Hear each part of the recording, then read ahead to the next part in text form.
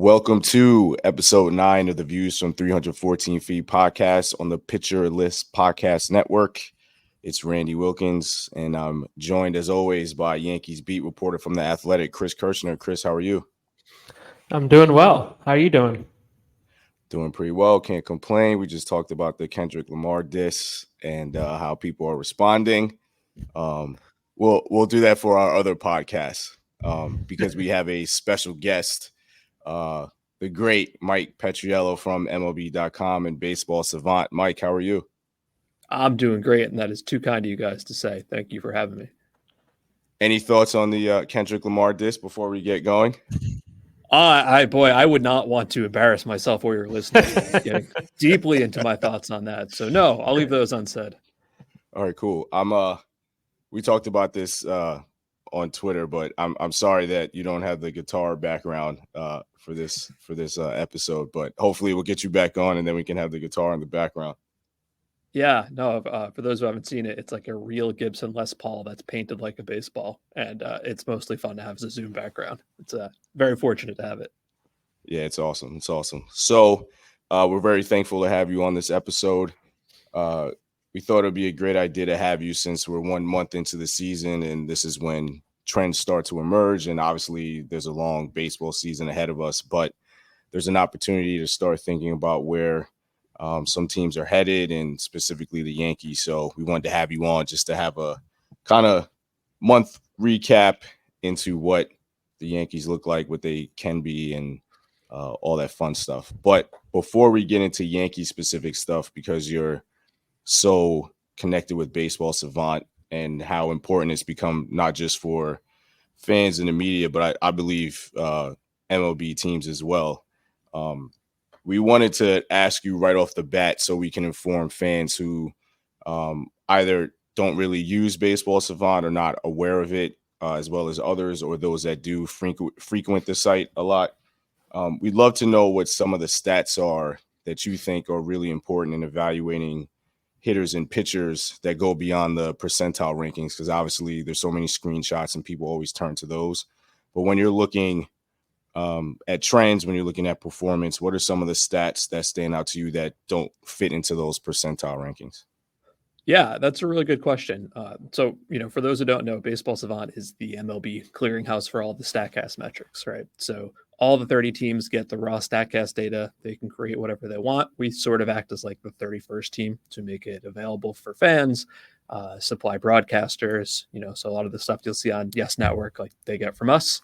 And it's largely, sometimes about player analysis, yeah, but it's also about trying to explain the story of the game and why do teams act the way they do, and why do they like this guy hitting 200 more than this guy hitting 250 or something like that. So it depends on what story you're trying to tell, right? If I'm looking at pitchers, for example, a lot of times I get interested in pitch shapes and pitch types and the way his pitches move, right? Like, does his fastball get a lot of vertical break? Does it not?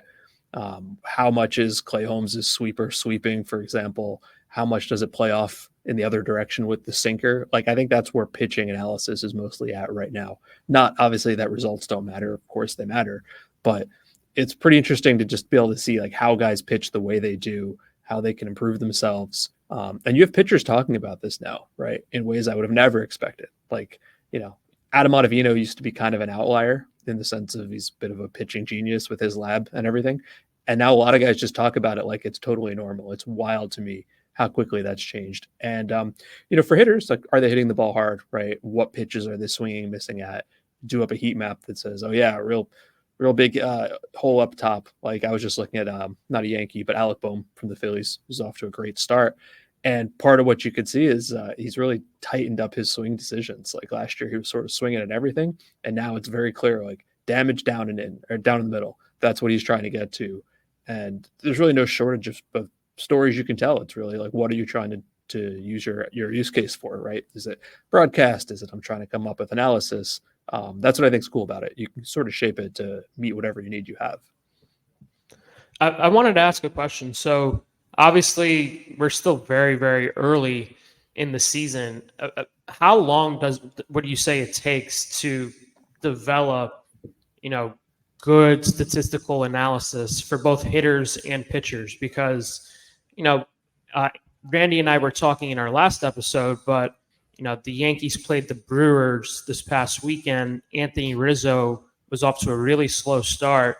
He has a really good weekend, and then he had like a 131 WRC plus or whatever it was. So, like, how long would you say it takes to, develop a good sample size for both hitters and pitchers? Yeah, I think I saw Jordan Montgomery's ERA like tripled last night, which is what can happen.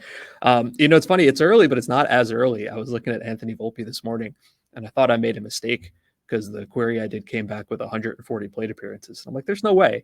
And then I looked at him like, oh no, he's pretty far into the season now.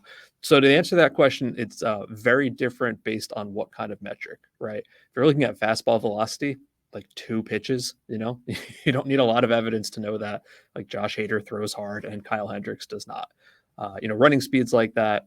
A lot of this stuff, I hate the phrase like stabilizes, but that's kind of where everybody goes to.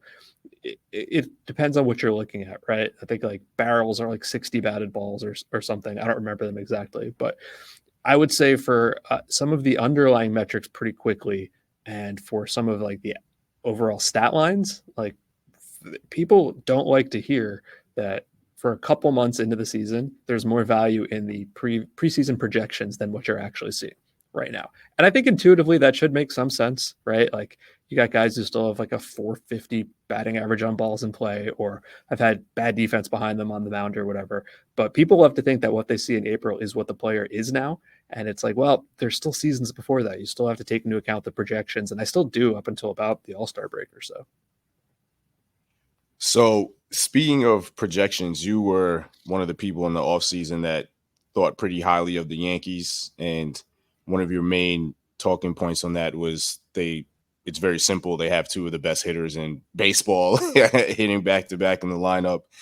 And the projections for the Yankees were pretty favorable, I would say, across the board. But you were very vocal in your article on MLB.com about your belief in what the projections were telling you. And so far, so good, I would say, for the Yankees getting off to a really good start, top 3-4 record in the sport, blah, blah, blah. But one point of contention amongst Yankees fans, and we've talked about it a lot since the season has started, is the inconsistency of their offense. And it's good. It's statistically good, but then when you watch the games, you're like, what's happened? Like, I never see the good part of this offense unless they're in Milwaukee and score 30 runs in 2 games. So I'm curious what your take on the Yankees offense is up until this point. Obviously, it's inconsistent, but what are some of the things that you've seen that kind of contribute to this inconsistency? Do you think it's a good offense so far? Like, what are your thoughts on where the Yankees lineup is right now? Yeah, for sure. Just to go back to the winner for a second, like you guys both are far more in touch with Yankee Twitter than I am, but I observe, and I couldn't believe the number of people who were sort of overlooking that they'd gotten Juan Soto. And it's like, it's literally Juan Soto. It's going to be on the Yankees. That's great. When I think about consistency, and this was really surprising to me when I looked this up this morning. Generally, I think of performance with runners in scoring position, right? Because it's very hard to predict, and teams can get really good at it to really bad at it, even within the span of a season. I don't want to say like there's zero skill, but it's just so much more randomness than people really want to give it credit to. And so that was my first thought was, yeah, they're kind of inconsistent despite the fact that they're top 6 or whatever at OPS plus, like they're generally playing well. I assume that they're not doing great there, and they're actually doing pretty well. I think they're like top 5 in runners in scoring position OPS or whatever it was. And that was surprising to me because that is not what I expected to happen. And I guess it comes back to, what do you expect consistency to be? Is that scoring exactly 4.2 runs every single night? I know they've gotten shut out a couple times. I know they've had like a couple of huge blowouts in their favor, although some of that was against position players pitching. So I don't worry about that too much.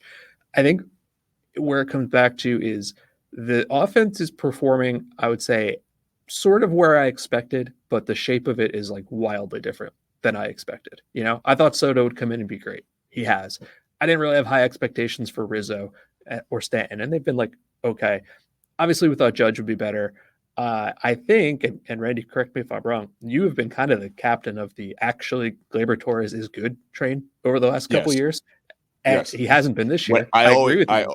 I always I wasn't always though. When he was Glaber, the shortstop, I was very much like, get this guy out of here. But then Yeah. I went back and then was kind of like leading that charge. I'm still leading it, even though he hasn't been good. And I've been with you. Not I don't think he's a superstar or anything, but like every year, a solidly consistent, above average player who shouldn't be the best hitter on your team, but if he's like the fourth or fifth best hitter on a championship team, like I'm fine with that. And what's happening with him this year, at least so far as I can tell, is it's just garbage contact. I think I read somewhere he's got like 2 balls hit further than 350 feet or whatever, which is just insane this early in the season. So this kind of goes back to what I was saying about projections. Like, unless there's evidence that he's hurt, which I'm not aware of, I think he'll be fine. I'm not going to go nuts over a bad month when he's had, 3 or 4 solid seasons in a row. So none of that is your original question. The inconsistency is just because you're getting weird starts from some guys where it's like, some guys are better than I thought they'd be. Some guys are worse than I thought they'd be. I assume that will all sort itself out. My main question primarily is I don't know if Aaron Judge is healthy or not. I'm very surprised by his start. We know he's had 2 somewhat serious injuries in the last year. That is a question that I can't answer, and that's what I'm most interested in.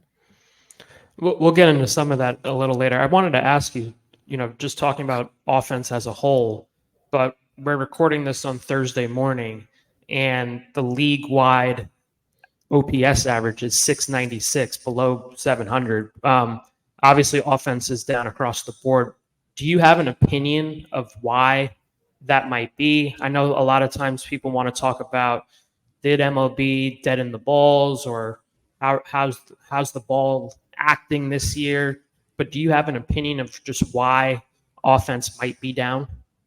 Well, I have seen some of that, and I'm not sure exactly like which report you're referring to, so maybe don't take this one the wrong way. A lot of people are doing it wrong, where they compare the first month of the season to full seasons of last year. Like, offense always goes up when it gets warmer. So if you're going to compare the first month of this year, you can really only compare it to the first month of previous years, which I assume people who know what they're doing are doing. So if it's down a little bit, it's hard to say so far. Everybody loves to talk about the ball like every single year. And I find the conversation so tedious at this point, because like every single year it comes back up again. And trust me, as someone who helps run a site where we rely on expected stats and what things you're expecting to happen, when that changes, it's frustrating to me. It doesn't make me happy. So I don't think there's any actual real evidence of any of that happening so far this year. I wouldn't even imagine looking at it for the first 2 months of the season, because there's so much small sample and weather, and pitchers are still pitchers. So I think you got to wait a little bit longer to really draw any real conclusions there. So one person that got out to a really great start this year and was and still is my like kind of bold prediction, with Anthony Volpe being a top 5 shortstop. And he made me look like a genius for a couple weeks, and now I look like an idiot, which is totally fine. I'm used to it. So what do you think of Volpe's season so far? I think that I've talked with Chris about this. It seems like when he's kind of gone into the slump that he's had, or I guess he had, I don't really know if he's starting to break out of it or not. We're kind of like on that like line right now. It feels like his swing path has changed, which led to not as great contact as he had at the beginning of the season, and he started chasing a little bit more. But overall, what are your impressions of Anthony Volpe's first month in his second season? Well, the first thing that stands out to me, and I know you were asking about him on offense mostly, but on defense, I know he won the Gold Glove last year, but the defensive metrics disagreed with him very much. The DRS thought he was great, and StatCast thought he was okay. And I think right now he's like top 3 in StatCast defensive metrics for shortstop. So whatever he has done differently, or whatever the metric used differently, StatCast now kind of agrees that the defense is really good, which is great, because that gives you a pretty good baseline, and it gives you a lot of run, if the offense isn't there. I think, he talked a lot about swing changes, and we hear that from so many guys like all the time. It's sort of hard to pay attention to it too closely, but when you're a talented first-year player and everybody wants to know what you're going to do to improve in the second year, I think what he did, made sense. I don't know that I would say so much he's slumped so much as it is like the first 15 games or whatever of the season went so wildly perfectly for him that it was never reasonable to expect that to maintain. Like that couldn't happen. So if you'd asked me this question on April 13th or whatever, I would have said, oh yeah, he's going to be worse over the next 2 weeks. Like that's just how this is going to go. And I think Right. what's happening now is sort of what you alluded to, right? The swing path seems like it has changed, a little more contact, a little less quality of contact, but because of the type of player he is, I mean, not that he's not strong, but he's not obviously Stanton or Judge. You're not looking for him to be a 35 homer guy. You want him to rope those line drives and make contact, use his speed. And I think if he settles into being, even if he's just an average hitter, that'll be a big win. And I know for a lot of people, they'll say, I'm sorry, didn't my rookie shortstop go 2020 last year? And you're telling me he was below average. But you guys know as well as anybody, the on base wasn't there, the OPS wasn't there, especially down the stretch. He struggled a lot. So just to get to an average hitter, a 100 OPS with a very good glove, that's a borderline star level player. And I think, he's not going to be the guy you saw for the first 2 weeks, but he's not going to be the guy who struggled for a little bit after that. I'm in on him as like a 10% above average hitter, which I think is a tremendous win for him.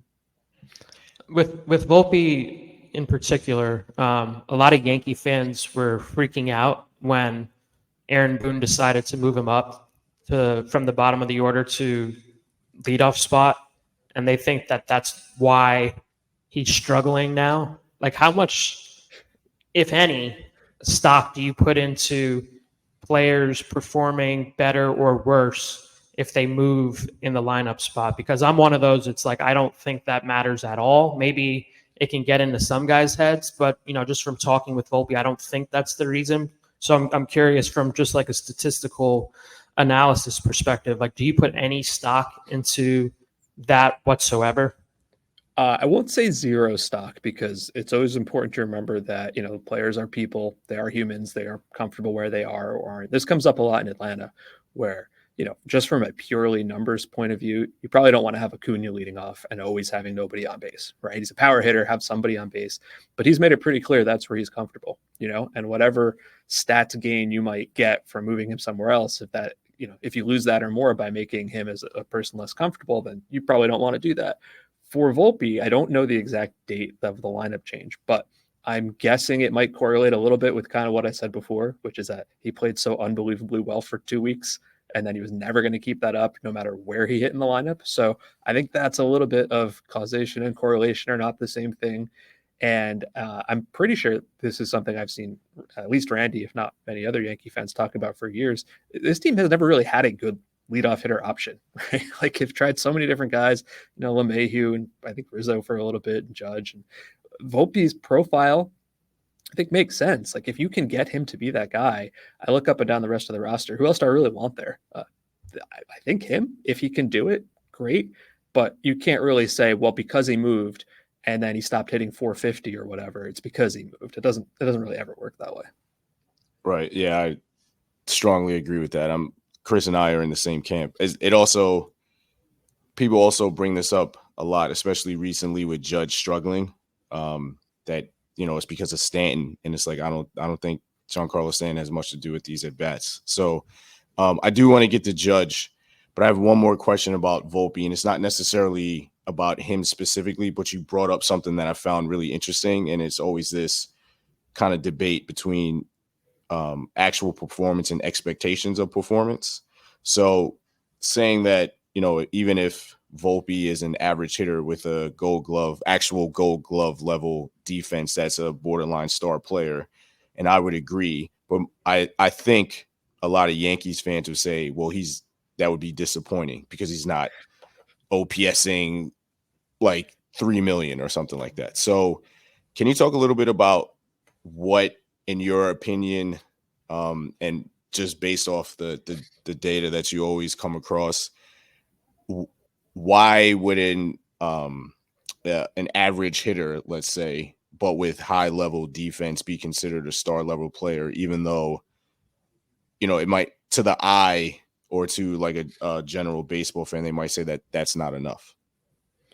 Well, I think the expectations, I feel like we got spoiled for a couple years there. When you think about some of the high level, let's just talk about batters for a second, right? Prospects who came up like Acuna, like Juan Soto, Gunnar Henderson, right? And they kind of just came up and they raked right away. They're great.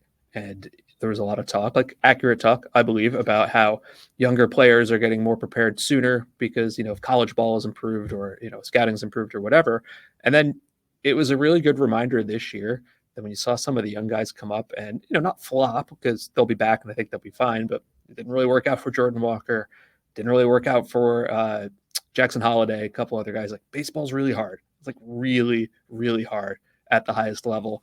And you can't expect a young player to come up right away and be a superstar. And I think you saw it with Volpe last year. There were a lot of things he did well, and there are a lot of things he needed to improve upon. And at the end of the day, whether he has lived up to those expectations, it sort of depends on how you want to define that. If you think he has to hit 300 to be a good player, and that's all you care about, then he's probably going to be a failure, right? If you're interested in him as a well-rounded player who gives you value in a lot of different ways, I think he's going to be pretty good, right? I think he's going to be a good hitter. I don't think he's going to be a great hitter. I think he's going to steal double-digit bases. And it seems like he's going to play plus defense at the most important, spot on the field. I think well-rounded players tend to get a little undervalued in the sense of, like, you do a lot of things well, but you're maybe not like great at anything. And who knows, maybe he will be a great defensive shortstop. Maybe that's what we're seeing. But I think if you don't have that one like hugely loud tool that people point to, you tend to get a little undervalued because being great at a lot of things is really valuable, but maybe not quite as sexy, not quite as electric as being the guy with Stanton level power or whatever, even if there's a lot of other flaws in his game. Going back to the leadoff conversation for a second, for those who are wondering, since Volpe went to the leadoff spot, he has a 77 WRC plus and 94 plate appearances. So obviously just hasn't been good in the leadoff spot, 301 on base, and not really hitting the ball hard at all, an 87 mile per hour average exit velocity. So maybe there's something there, but we'll see moving forward. With Judge, obviously a lot of people have been wondering if he's hurt, if he is washed, how the Yankee fans get. But it is weird just like looking at his numbers because he's still like crushing the ball. He's not hitting the ball as hard as he was last year, but he's still hitting the ball harder than most players in the sport. Have you come up with any reason, or do you have an opinion of just like what is behind his weird start so far? It seems like a lot of times pitchers are attacking him low and outside, like what they were doing and what they're still doing with Giancarlo Stanton, just because I don't know if he has the flexibility anymore to get those pitches, but I don't think Judge has that issue. I don't know. I mean, he has told us almost like every day now when we ask, and he gets pissed off when we ask, but we ask if he's healthy and he says yes every single time. But he did miss some time in spring training with a core injury. He said that he has to have constant maintenance on his toe, which he thinks is going to continue for the rest of his career. But he says he's healthy, so the only thing that we can do as reporters is believe him, because we're not in the training room and we're not talking to the trainers, unfortunately. So what do you think is behind his start so far? Yeah, I hate to speculate on someone's health because I agree with you. We just don't know. But when he came back from the toe at the end of last year, he was still pretty good, as I remember. So it's hard to say what that's about. But when I see a player like this and then the performance isn't there, the very first thing I do is I look at swing and miss or strikeouts, and I say, okay, is this guy just swinging through everything? Is his timing off? And that's not really true here. I think his strikeout rate is actually slightly better than last year. I think he's making a little more contact. And what's happening here, as far as I can see, is his opposite field rate is way up. And I have a pretty hard time believing that's a strategy. I mean, I don't know, maybe it is. How many times have you heard guys talk about, use all fields and real kind of old school way of talking? So I haven't spoken to him. Maybe that is the strategy. I don't know. But when I see a guy like this making enough contact, but not making as much high quality contact and going opposite field a lot, it does seem to me that maybe his mechanics are off in ways that aren't easily visible. You sort of alluded to maybe getting attacked more low and away. And so maybe he's trying to go with what he's given, and that's not working out as well. I'm pretty confident he's going to be fine, unless it turns out he is concealing some injury we don't know about, right? Like the talent is still there. The hard hit is there. sort of refuse to believe the idea that he just forgot how to hit over the winter. I think we've seen him get into these funks before too. I can't remember what year, but it was maybe his second or third year. He went like 6 weeks not hitting at all, or I can't remember the details, but it's not like this has never happened. When you're a big man, your mechanics get out of whack. Everybody will keep asking about that core injury, I think, until he proves otherwise. So while I totally respect why he doesn't want to be asked about it, I also think it's totally understandable why you will keep asking about it until something changes. Yeah, I'm okay. So this is probably the second week in a row where I'm a little surprised by a certain metric, just because, or stat. Our last episode, I was surprised when we did the episode after the Milwaukee series that the Yankees were number one in hitting with runners in scoring position, and now I'm a little surprised. I've been looking at Judge's heat map, but I'm a little surprised that his opposite field rate is up, because part of the eye test and this heat map is basically telling us he can't even like get to that pitch right now. So it's really interesting that he's hitting to the opposite field more than usual, but it also feels like it's coupled with not as great contact. So it's kind of enigmatic to me right now. It just feels, when you watch the games, it's especially this Baltimore series. I mean, it's been very obvious what their plan of attack is. Just saw stuff away, and he has like no shot at it. It doesn't even matter what pitch type it is. It's just, he's just like flailing at it. So yeah, it's odd, because it feels like what's going to happen, how they're going to attack him, and it seemingly comes across that there isn't an adjustment being made. So I'm not really sure what to make of like this stretch for him, because when he does make good contact, it feels like like out over the plate or like a little bit in, he's hitting the ball hard.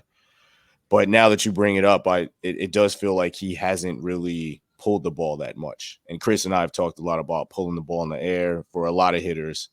And now that you bring it up, I'm beginning to remember that if he does make contact, he's not really pulling the ball in the air with any kind of consistency.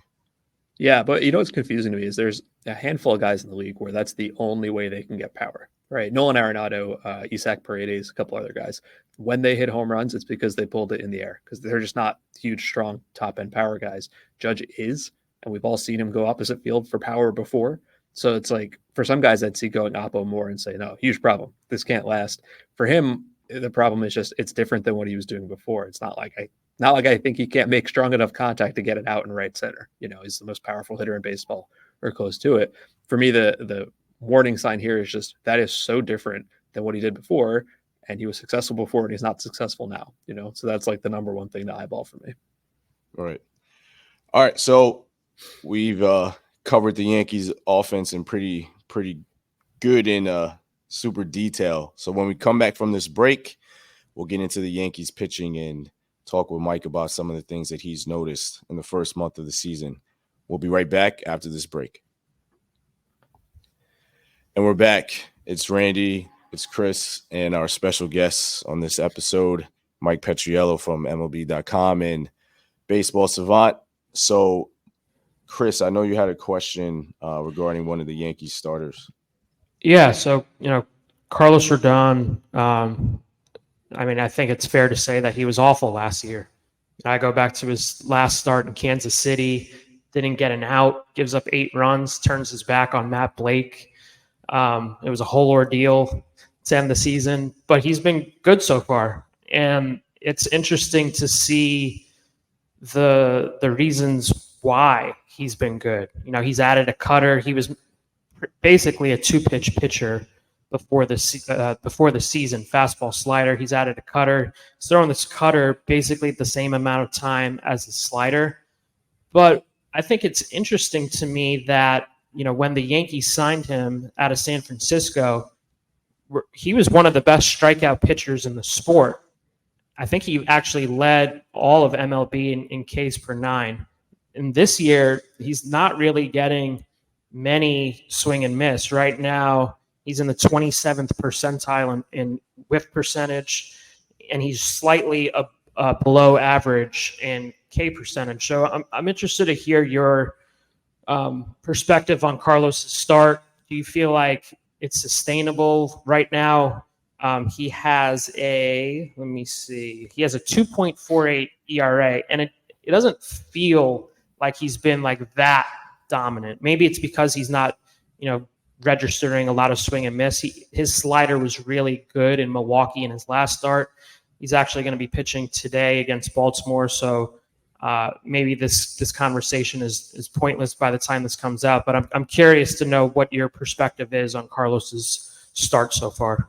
Yeah, it's really funny to me because, as you noted, year one was a disaster, right? Didn't pitch well, was hurt, had some bad public moments, right? And you could easily see this being, oh God, this is how it's going to be for the next couple of years.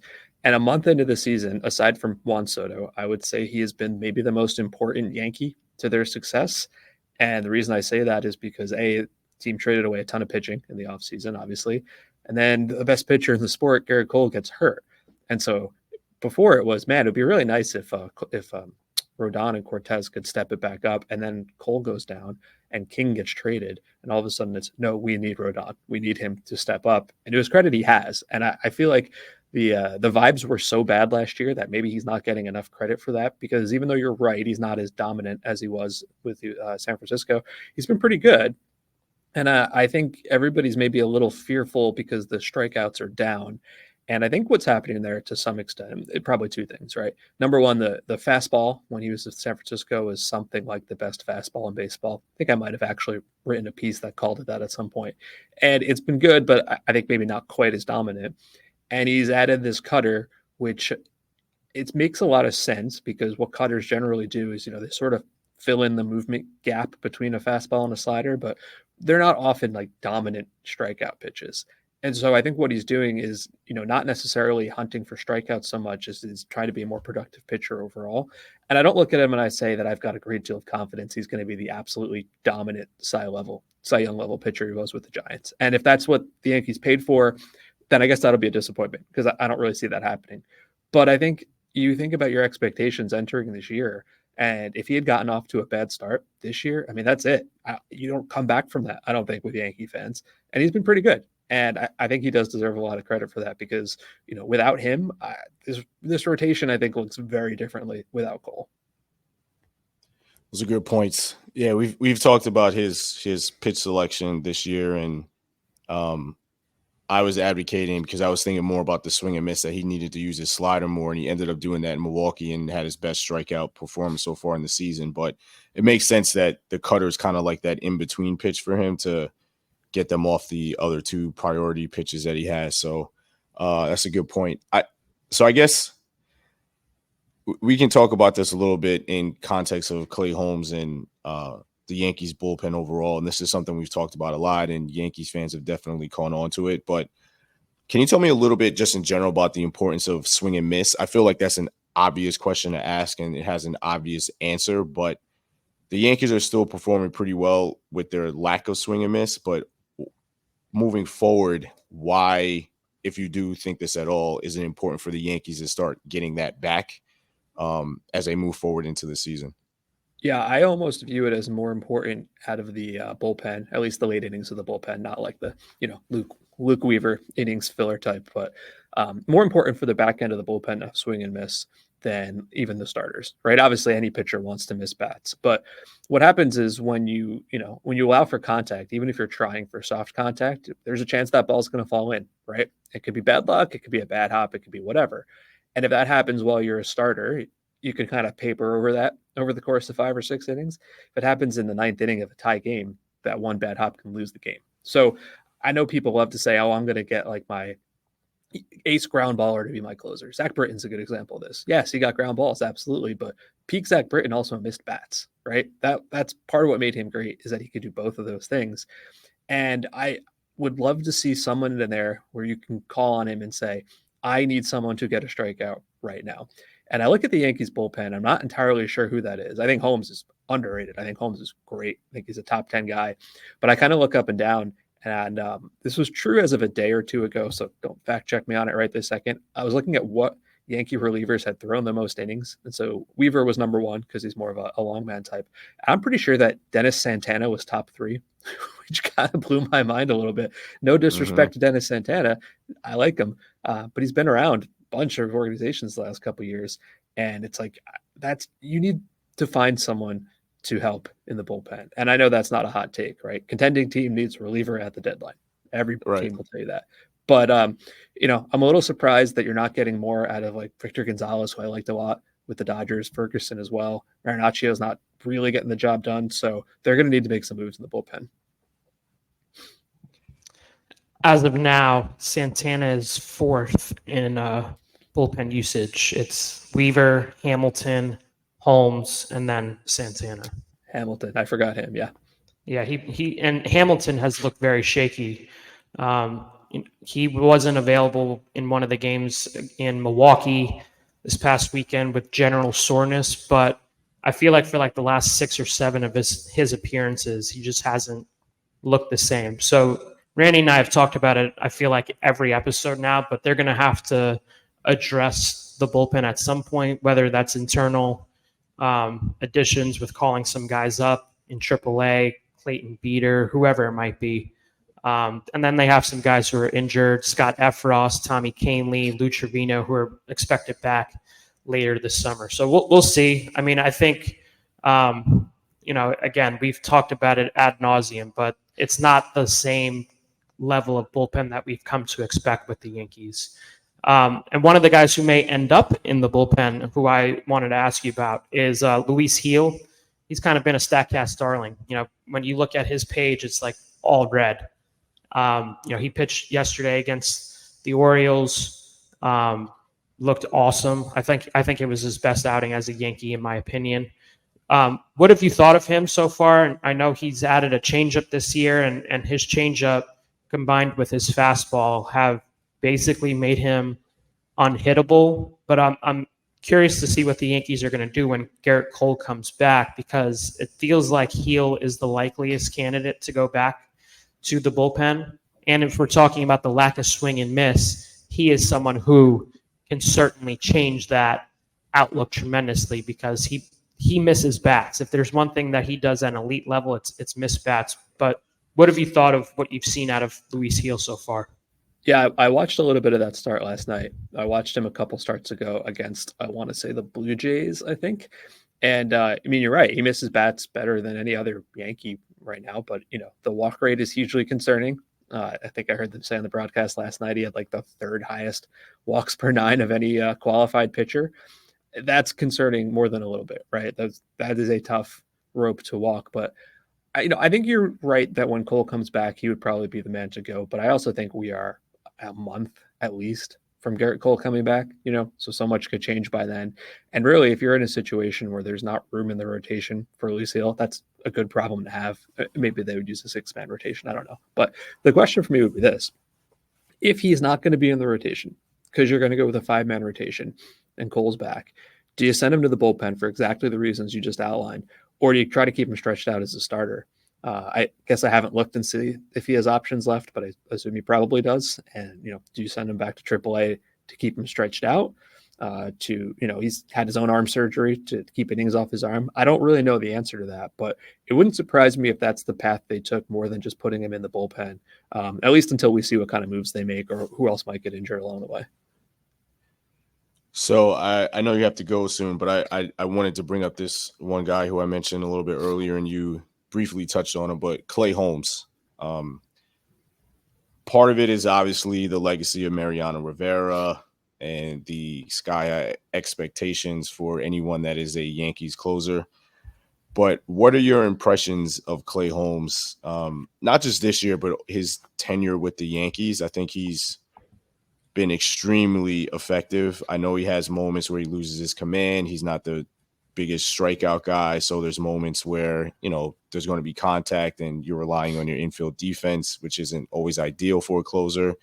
But he feels so elite at a couple things that, he mitigates a lot as well. So what are your impressions of Clay Holmes this season, his overall Yankees tenure, and how important of a piece is he for this overall Yankees team? I think that when the time finally comes that Brian Cashman is no longer running the Yankees, and we look back at his 74-year tenure running the team or whatever it's going to be, the trade for Holmes is going to be one of the 5 best moves he's made, right? Like, That was, I think things have changed a little bit, but that was one of the trades where it's like, okay, we traded for a talented guy on a team that seems a little behind the times, and we're going to help him improve. And like they did that, right? That's what the Yankees have done for a number of years. So, credit to Cashman for making the moves, for the player development team for helping him, and to Holmes himself, obviously. And I looked up this morning, 16 strikeouts and 1 walk, right? And he gets grounders, and he's using the slider and the sweeper, which he does have 2 different pitches. I know nobody wants to admit that, but he does, and the sinker also. So he does. He fits a different profile than you expect, like out of the bullpen. You think of who's my closer. He's going to be 6'4", and he's going to throw 102 miles an hour. And yes, they should trade for Mason Miller, probably, like every team. But I think Yes, Clay they Holmes should. has been. Yeah. Also, this is more of an A's comment than a Yankees comment. The A's have played surprisingly well. I would trade him yesterday. Right? They are so far away from contending. If they don't trust him to be a starter, trade him for 1 million pieces, because they would get so much for him. That's a diversion. As far as Holmes goes, yeah, he doesn't fit like that profile you want. And I could totally see the argument where you get this like fire breathing flamethrower and say, okay, new guy, you're my closer. Clay Holmes, you are my Andrew Miller-ish weapon for when I need you, because I know you can get me a ground ball or strike out, or at least prevent hard contact. They don't have that right now, I don't think. But I really do think if they got someone else, then you could really free up Holmes to be even more valuable, because I think I'm with you. I know he's had some rough stretches here and there. I rate him, like every year we do our top 10 lists at every position. I'm pretty sure I've had him on my top 10 reliever list like every year since he's gone to the Yankees. And I do feel like he's underrated. I feel like maybe because he's not striking out like Josh Hader levels of batters, he doesn't get the same kind of respect, but I think that's wrong. I think he's fantastic. Cool.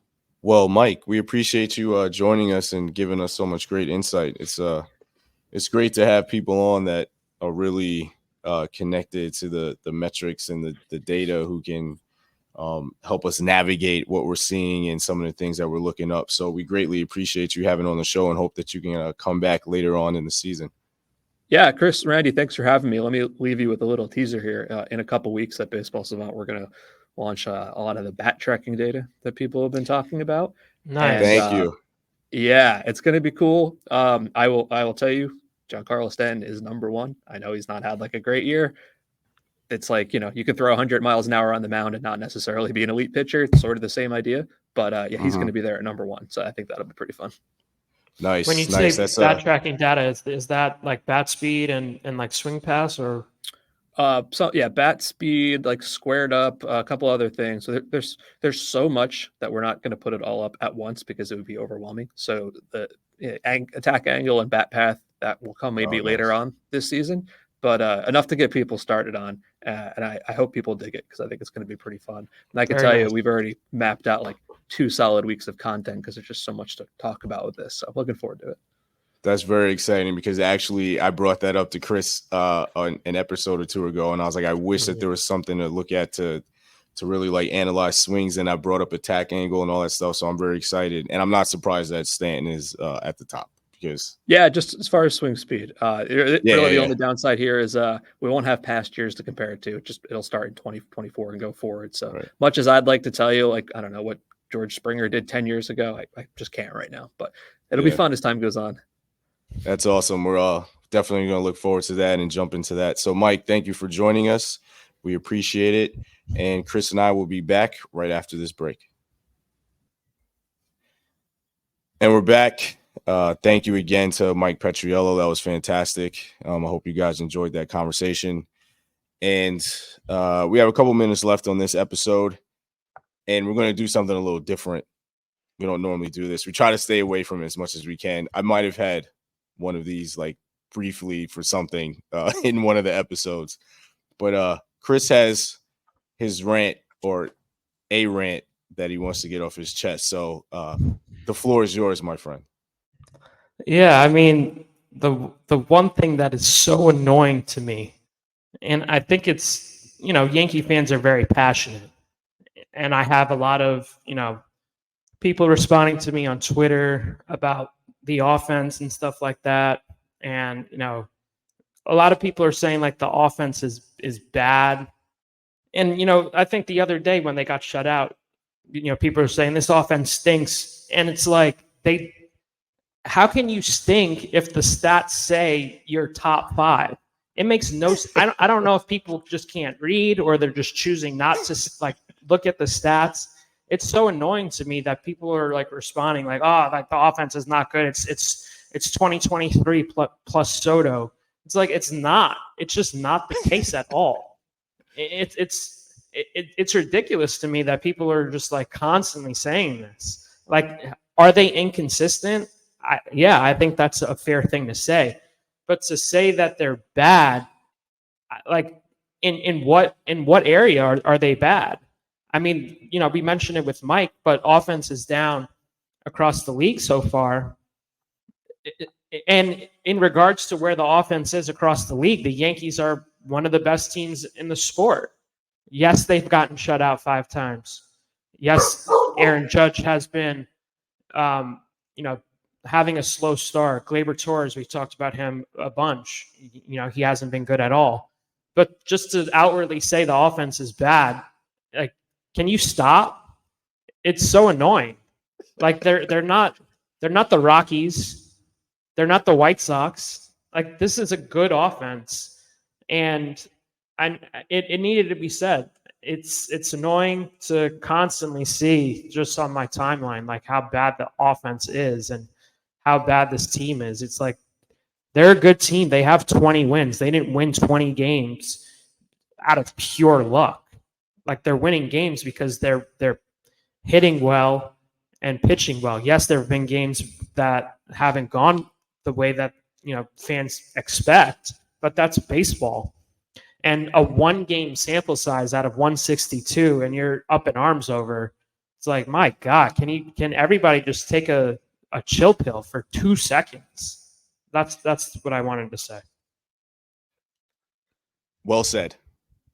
And my only thing, and I keep saying it, is the frustration with the 2023 plus Soto thing.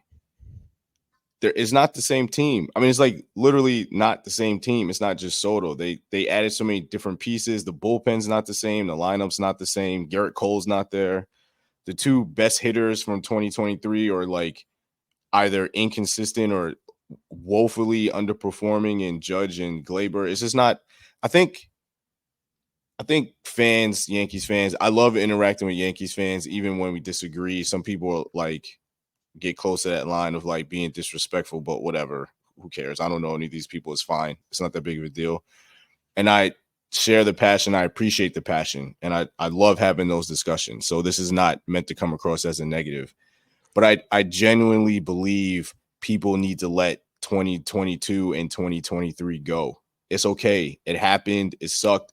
They didn't win the championship. That's basically what happened. It's all right.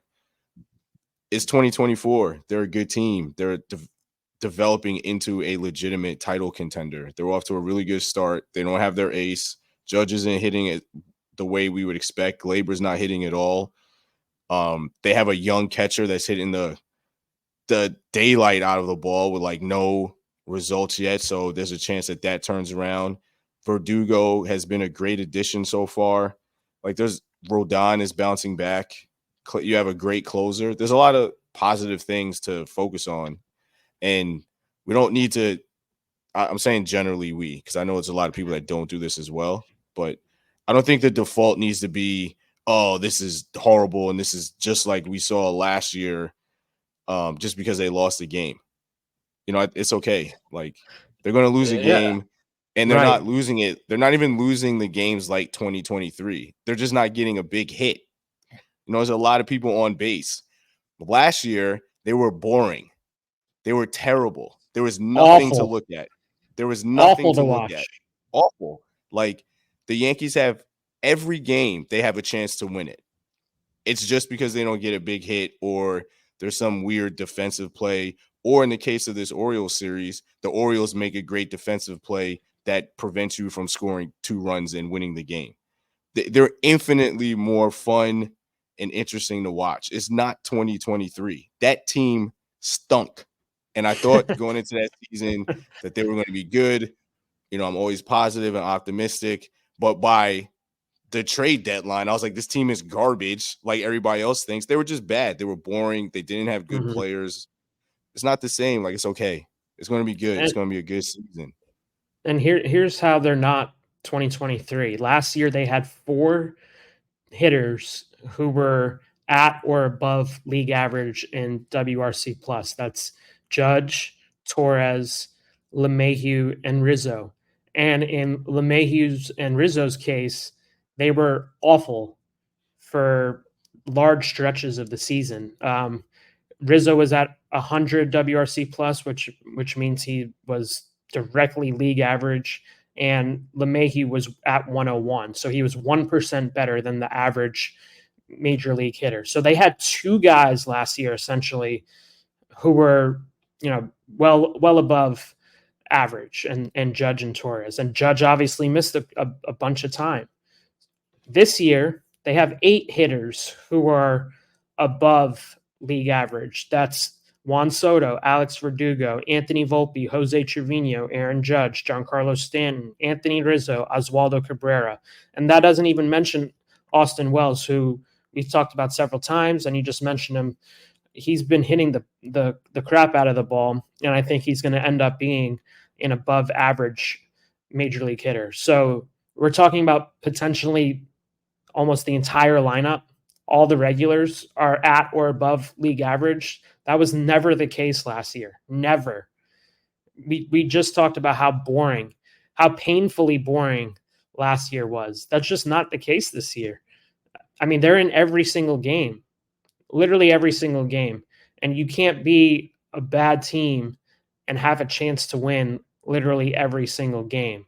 Just because they hit into a double play and it's bases loaded, it doesn't mean they stink. It's just baseball. That's just how it is.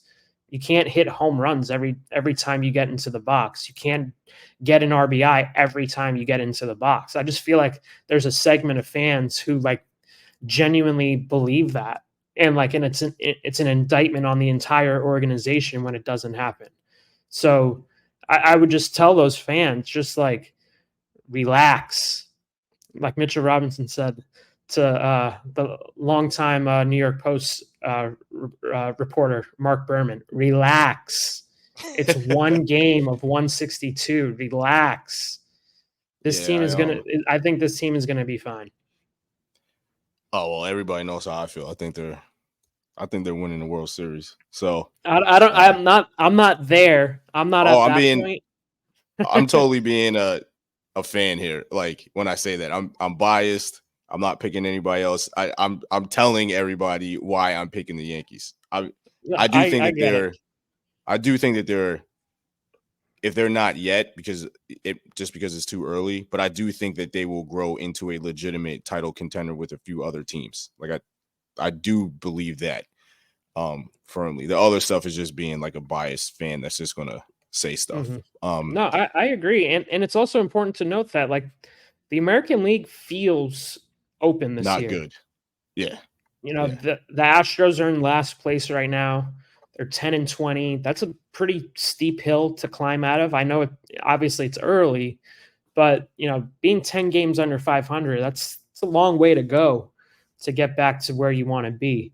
You look in the Central Division. The Central Division is outperforming, I think, expectations across the board. Should the Yankees be worried about any of those teams? I don't think so. The Guardians have been one of the best teams in the sport. I'm not really impressed with the Guardians as a whole. I mean, they've been good. I think the Yankees, at least on paper, should beat them if they were to line up against them in a playoff series. I mean, it's obviously the Orioles who you have to be concerned about. They have a ton of young talent in the pipeline already on the major league roster. They have so much capital that they could trade if they wanted to add 2 starting pitchers or whatever. Right. They have so much that they can trade to make moves. So that's the one team that, the Yankees probably have to watch out for in the American League as of right now. Obviously things can change, but I think the Yankees are certainly one of the teams that will be in the mix to win it all. Do I think they are going to win it all right now? No. And also I wanted to say this. It's I've seen some people say, oh, you're copping for the organization, or, you must be on the payroll. It's if you read any of my stories last year, I was killing them like every single day. If there's Right. one thing I will do, I will tell it how I feel. If I feel like the team is good, I will say the team is good. If I feel like the team is bad, I have no problem saying that, and no one is going to stop me. Jason Zillow's not going to stop me, the PR director. Aaron Boone's not going to stop me. Brian Cashman's not going to stop me. None of these guys are going to stop how I feel about the team, and I'm going to write what I'm seeing. I'm going to write fairly. Last year they stunk, and I said it basically every single day that they sucked. And I said it from like May. Right. And it's not going to stop. This year they're playing well, so I'm going to write they're playing well. That's just the reality of the situation. So I also had to say that because I feel like it's ridiculous how people are like, oh, like you're now on the Yankee payroll, and you know Ryan Cashman's has me under his thumb. Like, no, like I'm gonna write what I feel is necessary. So I also had to get that off my chest. Oh yeah, I've had that one before. I won't give this person any dignity, but a certain journalist, if I will put that description in or I'll put that job title in quotes. I remember one time saying I should work for Brian Cashman, or I am working for Brian Cashman, because like I said one positive thing about like IKF or something, and it wasn't even then. You know what I mean? Like, I don't know. I appreciate the passion, but like, oh yeah, the passion's great. But I think at some point, like, there has to be some like rationality. Like, Chris does not work for the Yankees. I certainly don't work for the Yankees. So yeah, I mean, I always think all those comments are like funny to me, like because it's so extreme that it like is entertaining. But yeah, we don't work for the Yankees. Just to put that out there. So you mentioned the Orioles. Let's talk a little bit about the Orioles really quickly, and then we'll get to our mailbag question. Then we'll wrap up. We said this on the last episode that this was basically going to be a litmus test primarily for the Yankees starters. And through 3 games, I've been really impressed with the Yankees pitching overall against the Orioles, but especially the starters. And I know James Smythe from the Yes Network had brought this stat up. And I think one other person, and I apologize for not knowing who also said this off the top of my head. But the Orioles in this series, Jack Curry also, and I'm sure he got this from James. The Orioles offense has been terrible against fastballs 95 plus from the Yankees in this series.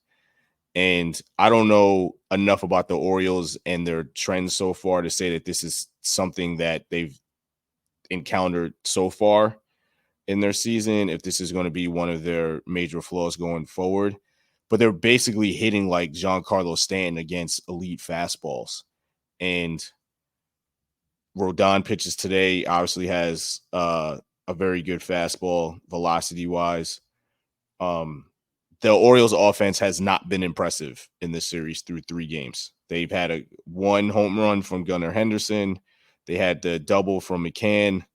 And then the rest of their runs have basically come from bloops or seeing eye hits. And it's not like every inning in this series, it felt like there was a threat that the Yankees had to navigate their way through. It feels like a lot of innings where maybe a hit here or there, but they've been pretty impressive, as has the Orioles staff against the Yankees lineup, to be fair. But in the context of the Yankees starting pitching, how do you think they've done in this series, and what do you think about the Orioles' potential flaw as a lineup going up against high velocity? Yeah, I mean, we've talked about it when, we've discussed Stanton in the past, but if you can't hit high velocity pitches, it's going to be a problem for you just because of the fact that velocity is going up across the league. And, I feel like every bullpen now is just a cascade of guys throwing 98 with ridiculous sliders and sweepers. So it certainly could be a flaw for them. I pulled it up when you were talking. Right now, they are hitting 175 against fastballs. They have a 208 fastballs over 95. They have a 208 on base and they're slugging 217. The only team that they're better than against high velocity is the White Sox, which isn't saying Ooh, much. You don't they're want to be terrible. anywhere near the White Sox because Right. they're a single A team. Yeah.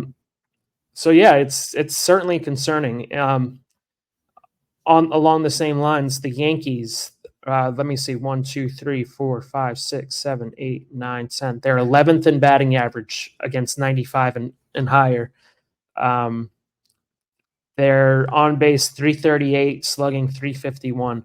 Not terrible, but again, they're right in the middle of the league in hitting 95 and higher, which is good.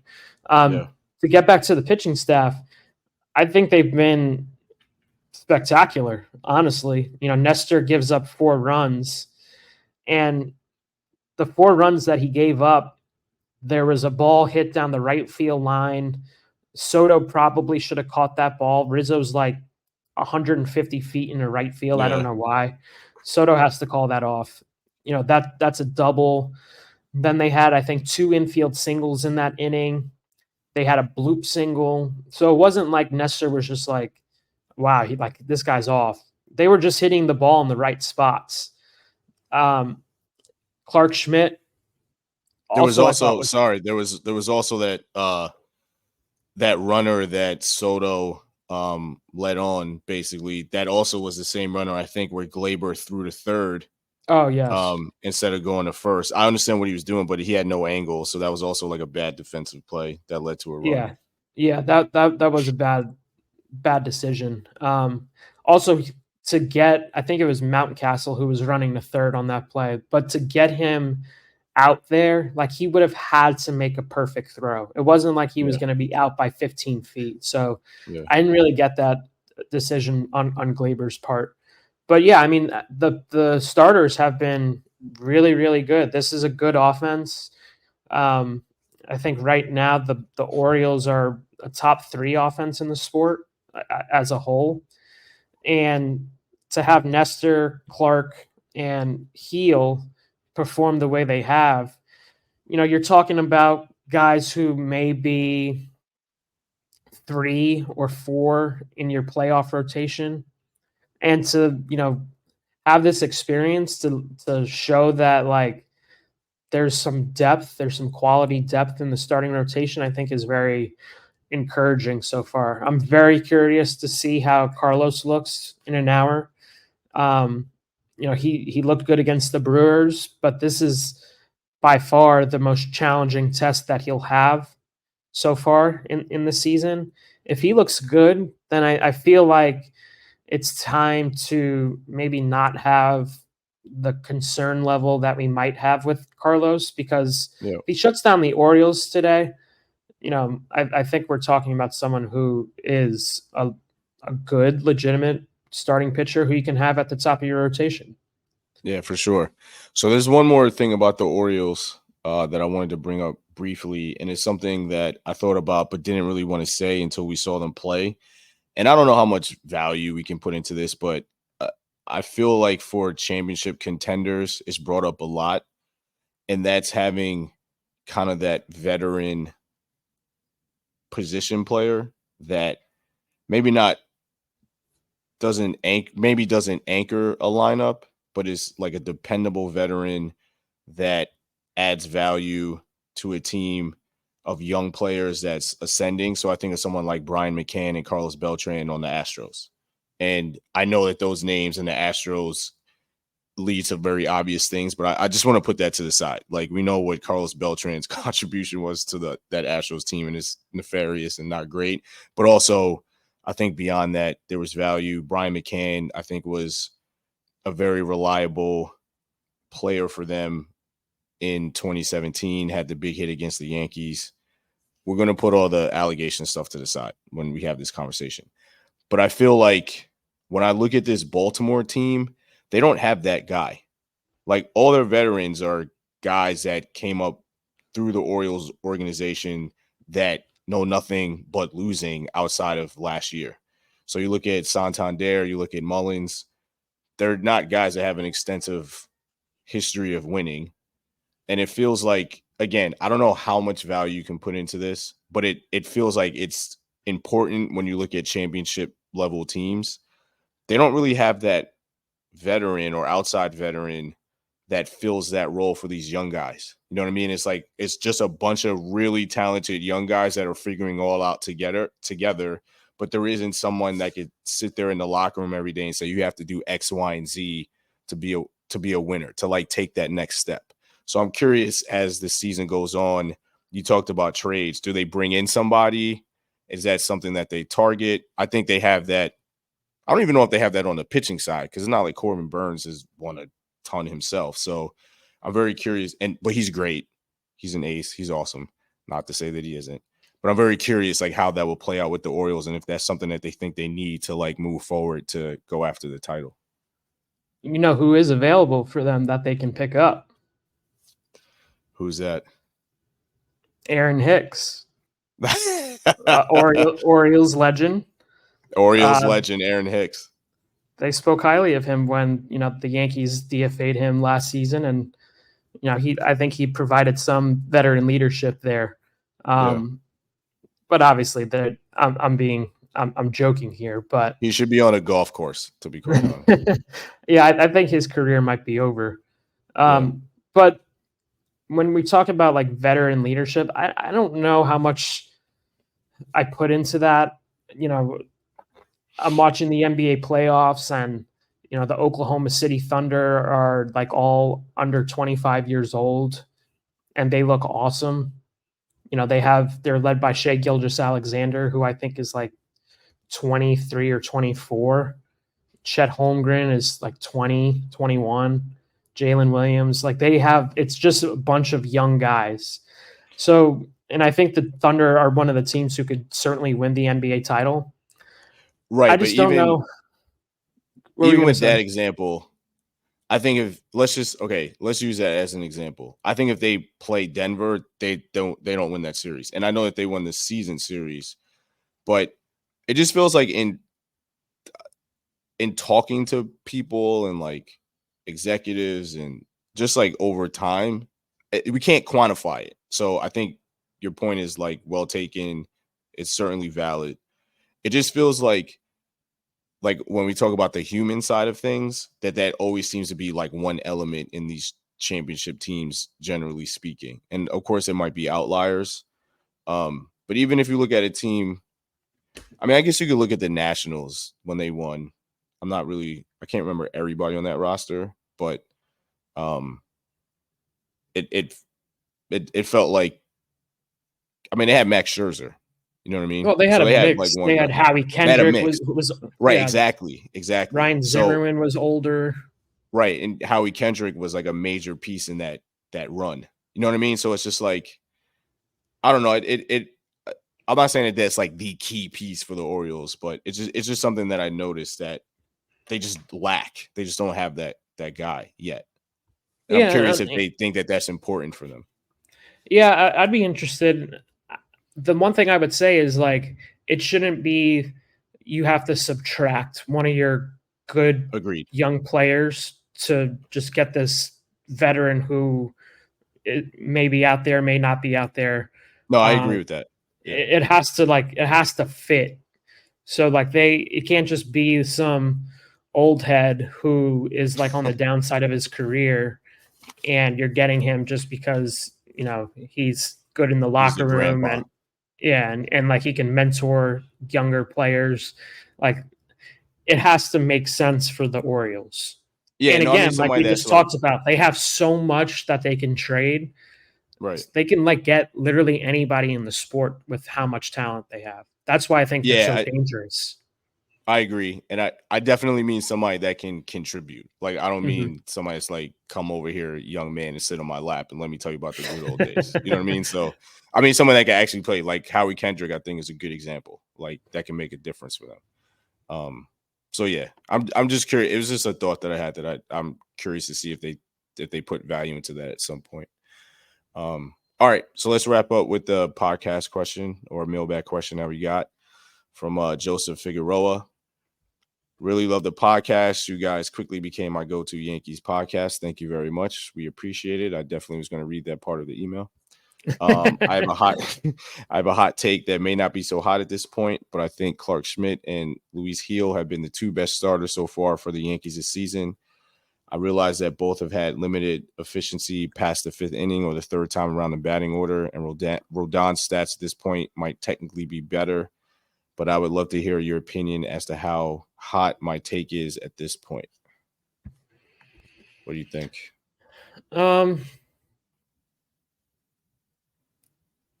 I think Heel has the most special stuff out of all of them. And what Mike was saying earlier about just like his command has to get better. I think yesterday against Baltimore was a really good sign. I know Aaron Boone talked after the game about how they tweaked some of his mechanics in the past couple of starts. Maybe that's the secret for him, and maybe he has figured it out moving forward. If he can get his command in check, I mean, he has the talent to be almost as good as Garrett Cole. Like, I'm not even saying that as a hot take. Right. Like, he can't, like, no one can hit his fastball and no one can hit his changeup. And he only has to throw those two pitches because they are unhittable. Even when he's in the zone, like, they can't hit him. So right. I certainly can see your point that you're making here with Clark. I mean, Clark is, I feel, very underrated. You're getting 5 innings from Clark, and he's probably going to give up 3 or fewer runs, which is very, effective. I know some older baseball fans will be like, he can't pitch 7 innings. Like, get him out of here. But that's just baseball now. Like, if you're a starting pitcher and you get 5 innings, like, you did your job. And that's what you're going to get with Clark. Obviously, his next step moving forward is providing more length, because you do want more length, but it's not like that big of an issue right now. I wouldn't say he's been like the number 1 or number 2 starters for the Yankees. I mean, it has to be Carlos. And I think Nestor, just what he's done so far, I think has been impressive. He's not, 2022 Nestor Cortez, but, I think he's bounced back very nicely. And some of the underlying metrics are favorable for Nestor. So those would be my 2 picks for who've been the best 2 starters for the Yankees. I would have said Marcus Stroman, but he's been pretty shaky now for like the last 3 or 4 outings he's had. Like, his command has just been off.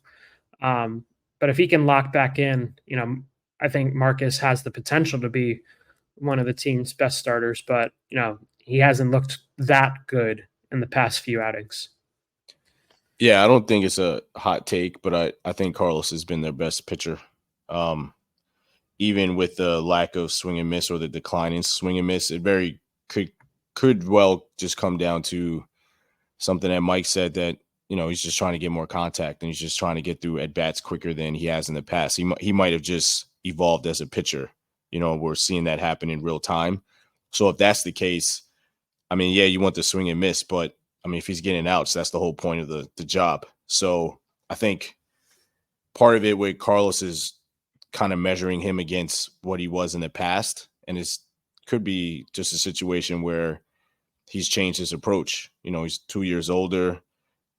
People started to lock in on the fastball slider combo, and he's realizing that he needs to add something to his arsenal to induce some contact and weak contact. And maybe that's what we're watching here, and that explains, the lack of swing and miss. But I think Carlos has been their best pitcher for sure. And I agree. I think Nestor has been their second best pitcher, and we had questions about Nestor, and so far he's answering all of them, and that's to his credit. Not that he's pitching to answer questions that we have, but he's done the job, and I'm very happy about it. He deserves all the credit. He's performed well. I think that he had bad luck against the Orioles. I thought he pitched really well against them. So Nestor definitely deserves credit and love for how he's been pitching so far. I think he's only had really one bad start. I thought the Cleveland start wasn't very good, and maybe he had one. The Houston start also wasn't very good, but I think overall he's been pretty solid and has done a pretty good job. So thank you for the question. We appreciate it. We always appreciate the mailbag questions. So we're going to wrap up this episode. It was great to have Mike on. Thank you again to him for sharing some time with us. We hope you enjoyed that conversation. Chris, any final words before we get out of here? No, watching the Yankees in about 40 minutes. And then tonight I'm going to go to Philly for Game 6. Oh, you're going? Yeah, nice. I'm going to go. So you weren't prevented from getting a ticket, although the head of Fanatics is trying to buy out the building to keep you guys out of there. I saw that. No, that did not stop me from getting a ticket. So I will be there. Good. I will be there. Hopefully the arena is just as loud with Knicks fans as it was on Sunday. I mean, it sounded like MSG. I don't know if that's going to be the case tonight, just because the game's at 9:00 and the last Amtrak train is at 12:10, which may scare some people off. Mm-hmm. So we'll see. I also don't understand why the game's at 9:00. That is absurd. I don't understand why that game has precedence. Why the other Eastern Conference series has precedence over this game. That's ridiculous. I mean, nobody's watching that game. We don't care. We don't care. I really I don't get it. I really it's Indiana, Milwaukee first, right? Yeah, at 6:30. We don't care. We don't care about Indiana, Milwaukee. And also really it's like Giannis and Lillard are likely going to be out. So yeah, I don't know why. Yeah, I don't know why that game's at 6:30. I mean, I have no dog in this fight at all. My team stinks. We know that. We don't care about Indiana, Milwaukee. We want to see Knicks Sixers. That's entertaining. That's what we want to see. We don't need literally all the games have been good. Yeah, no, it's been the best series. That and the Dallas series with the Clippers. So good luck to your guys tonight. I hope they lose and we go to Game 7. And that's all I have to say about that. But yeah, I enjoyed your rant. I agreed with it. We're on all of your favorite podcast platforms. Please give us 5 stars, and if you feel inclined, please drop us a review. We're always open to feedback on how we can make this better, what you like, what you don't like. So we will be back next Tuesday, and we'll talk more about the Yankees then. So enjoy the Yankees-Orioles game today. Enjoy the series over the weekend, and we will speak to you next week.